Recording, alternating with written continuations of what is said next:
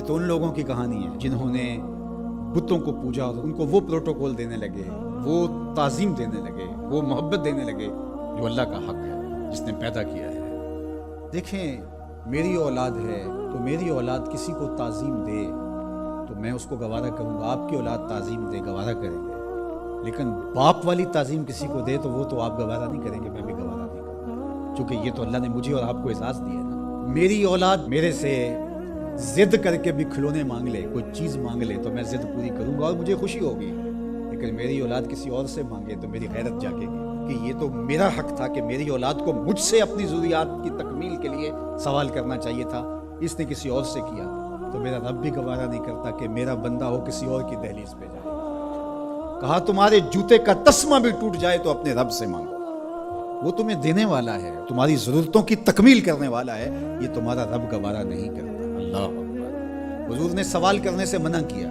حضرت ابو بکر صدیق رضی اللہ تعالی عنہ سواری پہ بیٹھے تو ہاتھ سے کوڑا گر گیا، تو آپ گھوڑا کھڑا کیا، نیچے اترے، کوڑا اٹھایا، پھر بیٹھے، تو کسی نے کہا کہ یہ آپ فرما دیتے، ہم پکڑ کے آپ کے ہاتھ میں دے دیتے۔ کہا حضور نے سوال کرنے سے منع کیا۔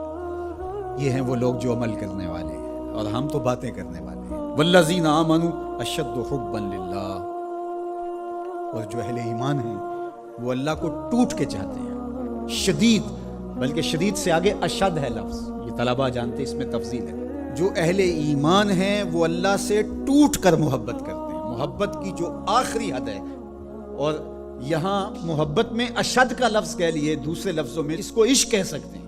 جو اہل ایمان ہے وہ رب سے عشق کرتے ہیں، وہ رب سے ٹوٹ کر محبت کرتے ہیں۔ اشد حب للہ، شدید محبت نہیں، اشد محبت، اور شد محبت سے آگے تو کوئی درجہ ہی نہیں ہے۔ تو وہ کتنی محبت کرتے ہیں، تبھی تو جانے وار دیتے ہیں اس کے نام پہ، اس کے حکم پہ گردنیں کٹواتے ہیں۔ یہ ہے شدید محبت کا روپ۔ اس کا حکم ہوا جیسا ہوا۔ ذرا دیکھیے یہ کتنے لوگ ہیں، آپ کوئی شہر سے آیا ہے، کوئی دیہات سے آیا ہے، کوئی دوسرے شہر سے آیا ہے، کوئی گلیوں سے نکل کے آ گیا ہے، تو یہ کیوں بھاگے بھاگے آ رہے ہیں؟ آج کل تو کسی کے پاس 10 منٹ نہیں ہے، تو آپ کہیں گے جمعہ ہے، رب کا بلاوا ہے، آگے۔ یہاں میں چاہوں تو 1 گھنٹہ گفتگو کروں، آدھا کروں، آپ بیٹھے رہیں گے، پھر چلے جائیں گے۔ ابھی گھر جا کے کمر سیدھی نہیں ہوگی تو پھر مسجد سے بلاوا آئے گا، آپ پھر بھاگے چلے آئیں گے۔ تو وہ مالک اس محبت کی لاج رکھنے والا ہے۔ یار اللہ سے محبت بہت بڑی دولت ہے، آج اللہ سے محبت ہم بھول گئے ہیں۔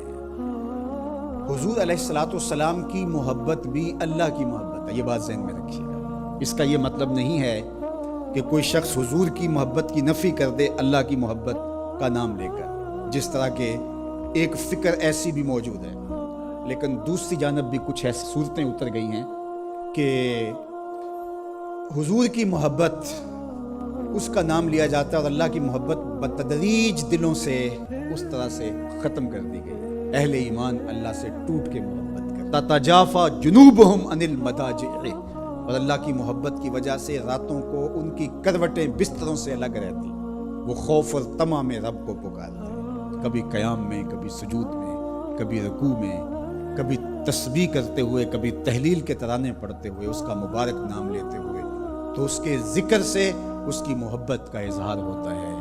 نماز پڑھو تو ڈوب کے پڑھو، سجدہ کرو تو ڈوب کے پڑھو، گویا تم اپنے مالک کی دہلیز پہ اپنا سر رکھ دیا ہے، اور پوری تندہی کے ساتھ اس کے حضور سجدہ ریزیاں کرو، چونکہ وہ ہمارا خالق ہے،